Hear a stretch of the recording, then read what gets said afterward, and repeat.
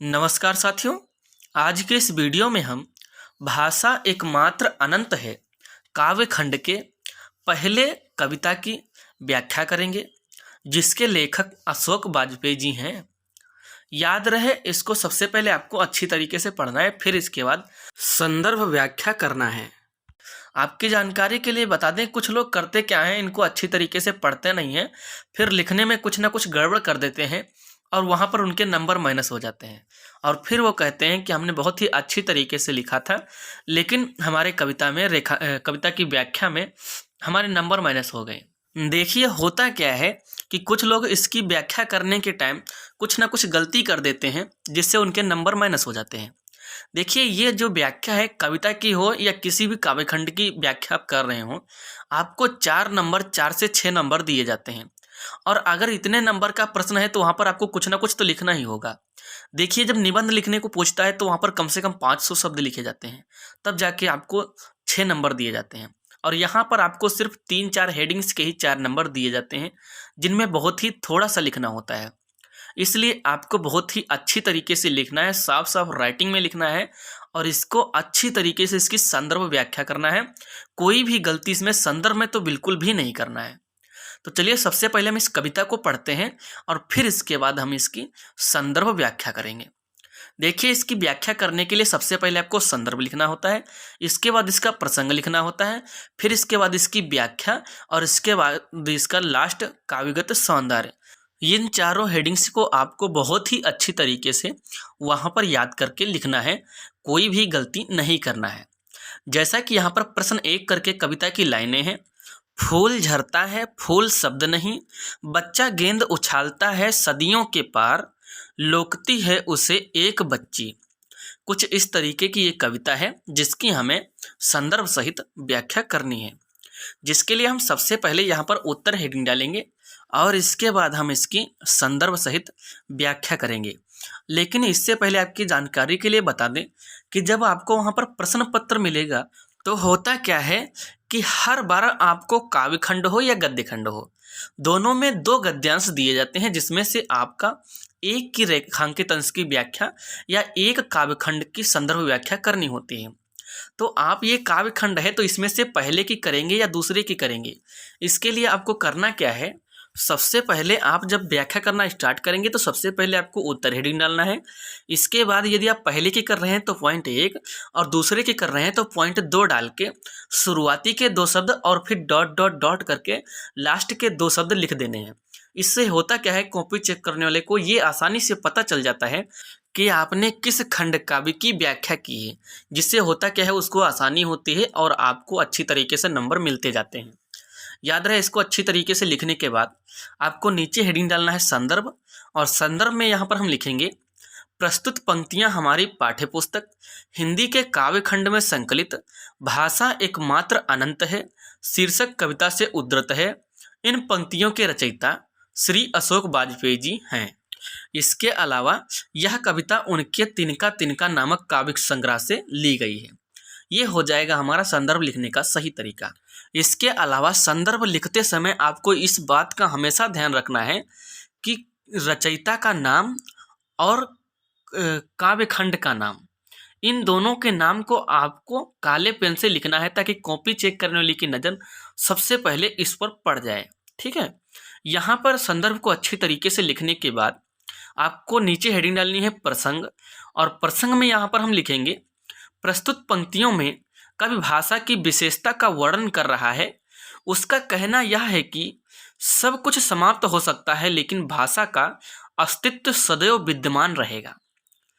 ये संदर्भ लिखने से होता क्या है कि कॉपी चेक करने वाले को ये पता चल जाता है कि आगे व्याख्या में क्या हुआ है या किस घटना का जिक्र किया गया है, जिससे वो आपकी व्याख्या पर ज़्यादा ध्यान नहीं देता है और प्रसंग पढ़ने के बाद आपको अच्छी तरीके से नंबर मिलते जाते हैं, कोई भी नंबर नहीं कटता है। इसलिए याद रहे, आपको ये जो प्रसंग है बहुत ही अच्छी तरीके से लिखना है, क्योंकि संदर्भ और प्रसंग दोनों चीज़ें कॉपी चेक करने वाला बहुत ही अच्छी तरीके से पढ़ के आपको नंबर देता है। इसलिए संदर्भ और प्रसंग में कोई भी गलती नहीं करनी है। यहाँ पर इतना कुछ अच्छी तरीके से लिखने के बाद हमारी अगली हेडिंग आएगी व्याख्या। यहाँ पर कुछ इस तरीके से हेडिंग डालेंगे व्याख्या, और इसके बाद व्याख्या में हम यहाँ पर लिखेंगे, कवि का कहना है कि भाषा ही एकमात्र अनंत है, अर्थात जिसका अंत नहीं है। फूल वृक्ष से टूटकर पृथ्वी पर गिरते हैं, उसकी पंखुड़ियां टूटकर बिखर जाती हैं और अंततः फूल मिट्टी में ही विलीन हो जाता है। वह प्रकृति से जन्मा है और अंत में प्रकृति में ही लीन हो जाता है। फूल की तरह शब्द विलीन नहीं होते। भाषा जो शब्दों से बनती है वह कभी समाप्त नहीं होती। सदियों के पश्चात भी भाषा का अस्तित्व बना रहता है। यह दूसरी बात है कि विशद समयांतराल में भाषा के स्वरूप में परिवर्तन अवश्य हो जाता है, लेकिन वह समाप्त नहीं होती। यह उसी प्रकार है जैसे एक बालक गेंद को उछालता है और दूसरा उसे पकड़कर पुनः उछाल देता है। आज किसी ने कोई बात कही, सैकड़ों वर्षों बाद परिवर्तित स्वरूप में कोई दूसरा व्यक्ति भी उसी बात को कह देता है। अतः निश्चित है कि भाषा ही एकमात्र अनंत है, जिसका कोई अंत नहीं है। अतः इन्हीं लाइनों के साथ साथ इस कविता की व्याख्या समाप्त होती है। इस कविता की हिंदी व्याख्या, संदर्भ और प्रसंग और व्याख्या यहाँ तक कंप्लीट होती है। इसके बाद आता है हमारा पॉइंट नंबर 4। पॉइंट नंबर 4 में हमारी हेडिंग होगी काव्यगत सौंदर्य। यहाँ पर कुछ इस तरीके से साफ साफ शब्दों में हेडिंग डालेंगे, काव्यगत सौंदर्य। याद रहे, काव्यगत सौंदर्य आपको बहुत ही अच्छी तरीके से लिखना है, क्योंकि ये लास्ट की हेडिंग है। इसमें से 4 पॉइंट तो आपको बहुत ही अच्छे से साफ साफ लिखना है, क्योंकि 4-5 पॉइंट अगर आप इसमें से नहीं लिखेंगे अच्छे से तो आपको पूरा का पूरा इसमें से 1 नंबर नहीं मिलेगा, क्योंकि 5 पॉइंट ही लिखने के आपको 1 नंबर यहाँ पर दिया जाता है। इसलिए याद रहे, आपको इसको याद करके बहुत ही अच्छी तरीके से यहाँ पर लिखना है। यहाँ पर हम सबसे पहले 2-3 पॉइंट विस्तार पूर्वक लिखेंगे, इसके बाद हम अलंकार, रसछंद वगैरह लिखेंगे। यहाँ पर सबसे पहले लिखेंगे भाषा की विशिष्टता का वर्णन है कि भाषा अनंत है, सदियों पूर्व की घटनाओं को हमारे समक्ष उपस्थित करने का एकमात्र साधन भाषा है। इसके अलावा पॉइंट 3 में लिखेंगे भाषा को अनंत कहकर उसे ईश्वर के समतुल्य सिद्ध किया गया है। इसके बाद भाषा देशज शब्दों में युक्त, सहज और सरल खड़ी बोली, शैली वर्णनात्मक और विवेचनात्मक, छंद अतुकांत और मुक्त, शब्द शक्ति अविधा और लक्षण, गुण प्रसाद। यहाँ पर ये पॉइंट आपको बहुत ही अच्छी तरीके से याद करके वहाँ पर लिखना है। अतः इसी के साथ साथ पॉइंट 1 की कविता का संदर्भ, प्रसंग और व्याख्या और काव्यगत सौंदर्य, इन चारों हेडिंग्स को हमने अच्छी तरीके से इस वीडियो में कंप्लीट करवा दिया। इसके बाद आता है हमारा पॉइंट नंबर 2, दूसरी कविता, जो इसी में से है, भाषा एकमात्र अनंत है। इसी की दूसरी कविता है, जैसा कि आप यहाँ पर देख सकते हैं, पॉइंट 2 करके यहाँ पर भी इसी में से दूसरी कविता है। इसको भी आपको करना क्या है, पहले की तरह सबसे पहले अच्छी तरीके से पढ़ना है और फिर इसके बाद संदर्भ, प्रसंग, व्याख्या और काव्यगत सौंदर्य इसका भी वहाँ पर लिखना है। आपको मैंने पहले ही बताया कि पूरे काव्यखंड से, किसी भी पाठ से या अलग अलग पाठ से 2 काव्यखंड आपको दिए जाएंगे, जिसमें से किसी एक की आपको व्याख्या वहाँ पर संदर्भ सहित व्याख्या करनी होती है, जिसके आपको 4 नंबर या 6 नंबर दिए जाते हैं। हमारे टाइम में 4 नंबर दिए जाते थे, अब शायद 6 नंबर दिए जाते हैं। याद रहे, सबसे पहला काम आपका यही है कि इसको सबसे पहले अच्छी तरीके से पढ़ना है। यही हो या वहाँ पर बोर्ड एग्जाम में कोई भी और भी खंड से आ सकता है, इसलिए आपको सबसे पहले वहाँ पे ध्यान दे के ये पढ़ना है कि ये किस खंड का है और इसके रचयिता कौन से हैं, ताकि आपका संदर्भ ही गलत ना हो। अगर संदर्भ पहला ही गलत हो गया तो समझ लीजिए आपके 2 नंबर कट जाएंगे, क्योंकि कॉपी चेक करने को पता चल जाएगा कि इसको कुछ भी नहीं मालूम है इसके बारे में। इसलिए आपको सबसे पहले इसे अच्छी तरीके से पढ़ने के बाद ये डिसाइड करना है कि ये कौन से पाठ से आया है और इसके लेखक कौन हैं, ताकि आपका संदर्भ पहला हेडिंग ही ना गलत हो। तो ये सब जानने के लिए सबसे पहले हम इसको अच्छी तरीके से पढ़ेंगे और फिर इसके बाद हम इसकी संदर्भ व्याख्या करेंगे।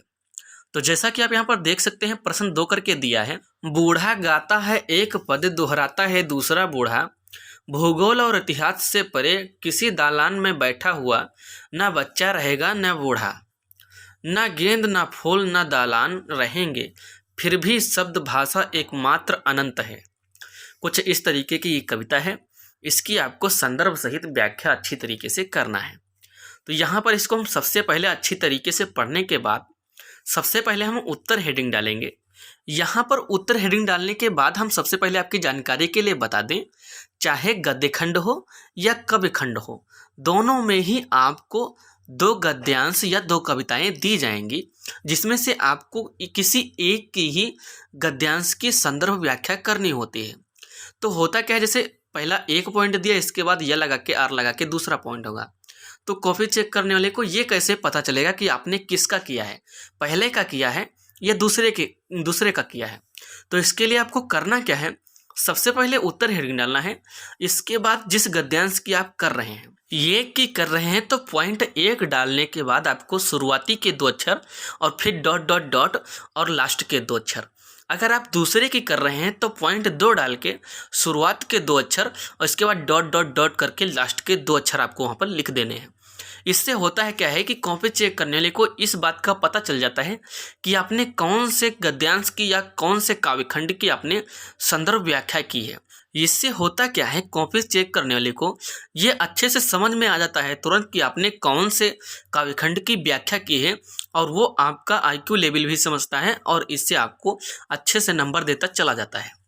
यहाँ पर इतना कुछ अच्छे से लिखने के बाद आपको नीचे हेडिंग डालनी है संदर्भ, और संदर्भ हेडिंग डालने के बाद आपको यहाँ पर लिखना है, प्रस्तुत पंक्तियां हमारी पाठ्य पुस्तक हिंदी के काव्य खंड में संकलित भाषा एकमात्र अनंत है शीर्षक कविता से उद्धृत है। इन पंक्तियों के रचयिता श्री अशोक वाजपेयी जी हैं। यह कविता उनके तिनका तिनका नामक काव्य संग्रह से ली गई है। याद रहे, संदर्भ आपको बहुत ही अच्छी तरीके से लिखना है। इसके अलावा पाठ या शीर्षक का नाम और रचयिता का नाम, ये 2 शब्द आपको काले पेन से लिखने हैं, ताकि कॉपी चेक करने वाले कोई भी हो, इतना टाइम नहीं होता है, वो सिर्फ मेन चीज़ों पे ध्यान देता है। संदर्भ में मेन होता है शीर्षक का नाम और रचयिता का नाम। ये होता है संदर्भ लिखने का सही तरीका। अच्छी तरीके से संदर्भ लिखने के बाद हमारी अगली हेडिंग होगी प्रसंग। देखिए, प्रसंग किसी भी काव्य खंड में बहुत ही जरूरी होता है, क्योंकि प्रसंग में ही ये बताया जाता है कि आगे व्याख्या में क्या हुआ है या किस घटना का जिक्र है, जिसे कॉपी चेक करने वाला आपका प्रसंग पढ़ने के बाद व्याख्या पर ज़्यादा ध्यान नहीं देता है, क्योंकि संदर्भ में ही ये बता दिया जाता है कि आगे क्या हुआ है। इसलिए आपको यहाँ पर प्रसंग में लिखना है, प्रस्तुत अंश में कवि कहता है कि सब कुछ समाप्त होने के उपरांत भी भाषा की विद्यमानता रहेगी, क्योंकि भाषा अनंत है। अतः इसी के साथ साथ प्रसंग भी समाप्त होता है। इसके बाद हमारी अगली हेडिंग आएगी व्याख्या। याद रहे, संदर्भ को अच्छी तरीके से लिखने के बाद अगली हेडिंग डालना है व्याख्या। यहाँ पर कुछ इस तरीके से हेडिंग डालेंगे व्याख्या, और व्याख्या में हम यहाँ पर लिखेंगे, कवि कहता है कि हमें प्राचीन काल से संबंधित ज्ञान इतिहास और भूगोल जैसे विषयों की सहायता से प्राप्त हो जाता है, लेकिन हमें यह नहीं भूलना चाहिए कि जब इतिहास और भूगोल नहीं लिखे गए थे, भाषा का अस्तित्व उस समय भी था। उस समय भी कोई एक वृद्ध व्यक्ति जब कोई पद गुनगुनाता था तो घर के ही किसी अन्य भाग में बैठा हुआ कोई अन्य वृद्ध उसी पद को या अन्य किसी पद को गुनगुना उठता था, और इसी माध्यम से भाषा आज तक चली आ रही है। कवि के कहने का अभिप्राय यह है कि भाषा की विद्यमानता किसी न किसी रूप में सदैव रही है। पुनः कवि कहता है कि न बच्चा रहेगा न वृद्ध, क्योंकि बच्चा एक समयांतराल पर वृद्ध हो जाएगा और वृद्ध जीवन छोड़ चुका होगा। न गेंद रहेगा, न ही फूल और न ही दालान, क्योंकि ये भी सभी वस्तुएं नश्वर हैं। एक न एक दिन सभी को समाप्त हो ही जाना है। लेकिन इन सबके समाप्त हो जाने के बाद भी शब्द बने रहेंगे, क्योंकि वह भाषा का ही एक भाग है और भाषा ही एकमात्र अनंत है। अतः इन्हीं लाइनों के साथ साथ इस काव्यखंड की या इस कविता की व्याख्या समाप्त होती है। इसके बाद आता है हमारा अगला पॉइंट नंबर 4। पॉइंट नंबर 4 में हम यहाँ पर लिखेंगे काव्यगत सौंदर्य। यहाँ पर कुछ इस तरीके से हेडिंग डालेंगे, कविगत सौंदर्य। और कविगत सौंदर्य में हम यहाँ पर लिखेंगे कवि ने भूगोल और इतिहास से पहले भाषा की सत्ता को स्वीकार किया है। भाषा सरल और सहज शब्दों से युक्त, शैली विवेचनात्मक, छंद अतुकांत और मुक्त, शब्द शक्ति अभिधा लक्षण और व्यंजना, भाव साम्य, भाषा का एक अंश होने के कारण शब्द भी अनंत है, क्योंकि अनंत का अंश भी अनंत ही होता है। भारतीय उपनिषद ग्रंथ भी इसकी स्वीकारोक्ति करते हैं। अतः इसी के साथ साथ कविगत सौंदर्य का भी काम कंप्लीट होता है। आज के इस वीडियो में हमने यहाँ पर भाषा एकमात्र अनंत है इस शीर्षक से पहले और दूसरे कविता की संदर्भ सहित व्याख्या कंप्लीट करवा दी। अतः उम्मीद करता हूँ कि ये व्याख्या आपको अच्छी तरीके से समझ में आई होगी। अतः इसी के साथ साथ हम इसको याद करने का एक बहुत ही आसान सा तरीका भी आपको बताते हैं। देखिए, होता क्या है कि जब हम कभी किसी मूवी को देखते हैं तो आपने देखा होगा कि वो मूवी हमको एक ही बार देखने से पूरी उसकी स्टोरी याद हो जाती है। लेकिन जब हम किसी पाठ को पढ़ते हैं तो ऐसा नहीं होता। कारण इसमें क्या है कि हम जब किसी पाठ को पढ़ते हैं तो छोटे छोटे शब्दों को देख कर पढ़ते हैं, जिससे हमारा दिमाग का पूरा फोकस याद करने में नहीं होता। आधा पढ़ने में, आधा देख कर समझने में होता है। वहीं मूवी के साथ होता क्या है कि उसमें फिगर्स बनते हैं बड़े बड़े, और हम उसको देखकर स्टोरी के जैसे याद कर लेते हैं। जहाँ पर भूलते हैं फिगर्स याद आते हैं, हमें याद हो जाता है, लेकिन हमें पाठ याद नहीं होता। इसका मेन कारण यही है इसके शब्दों का छोटा छोटा होना। इसलिए आपको इसको करना क्या है कि आपको इसको एक जगह पर रख के या अपने पॉकेट में रख के 2 से 3 बार 4 बार पूरे वीडियो को सुन लेना है। सुनने से होता क्या है कि जब आप किसी के मुख से कहानी सुनते हैं, आपको याद होगा कि जब आप बचपन में किसी के मुँह से कहानी सुनते थे तो कहानी भी आपको अच्छी तरीके से याद होती थी। इसके साथ साथ आप उनकी कहानी का जो फिगर है, मूवी के मॉडल, आप अपने मन में भी बनाते चलते थे कि ऐसे हुआ होगा, ऐसे हुआ होगा। ठीक उसी तरीके से जब आप इसको सुनेंगे तो ऐसा लगेगा कि आपको कोई कहानी सुना रहा है, और इसका जो फिगर है आपके दिमाग में बनता रहेगा कि हाँ ऐसे ऐसे ऐसे। तो जब इसको आप याद करने की कोशिश करेंगे तो वो जहाँ पर भूलेंगे वो फिगर्स, आपको जो कल्पनाओं में फिगर्स बनते हैं वो याद आएंगे, और आपको कहानी की तरह ये भी आपको अच्छी तरीके से याद हो जाएगा। देखिए, याद करने का सबसे आसान तरीका मुझे यही लगता है। मैंने भी इसको यूज किया है, और इससे मैं किताबें पढ़ता हूँ मुझे बहुत ही आसानी से याद हो जाती हैं, चाहे वो कोई क्लास की किताब हो या कोई पॉलिटिक्स की किताब हो। तो बस उम्मीद करता हूँ कि ये वीडियो आपको अच्छी तरीके से समझ में आया होगा। तो बस आज के लिए इतना ही, मिलते हैं अगले वीडियो में। तब तक के लिए बाय बाय। सब्सक्राइब, लाइक और शेयर।